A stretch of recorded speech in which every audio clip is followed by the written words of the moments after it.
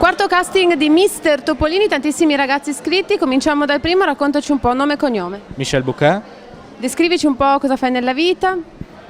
studio, Cosa? meccanico, la mattina mi alzo, vado a scuola, pomeriggio esco con gli amici o vado allenamento e la sera esco. Allenamento di che sport? Calcio col Muggia, ma ho mollato per diversi motivi e quindi adesso mi trovo a non fare niente. Allora hai detto veniamo qui a Mister Topolini per divertirci, come mai l'arrivo, l'iscrizione qui al concorso? Un poco per scommessa, per gioco, ho scommesso con lui e altri miei amici. Cosa avete scommesso? Cioè chi vince cosa si porta a casa? No, abbiamo scommesso che non avevamo Non avete paura insomma? di venire qua e al fine. Tutti iscritti. Sì, sì.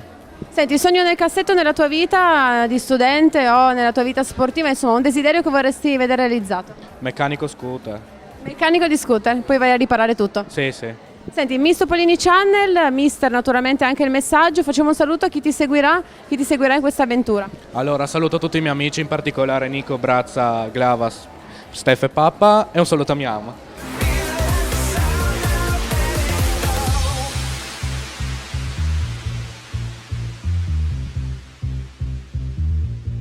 It's getting louder and louder.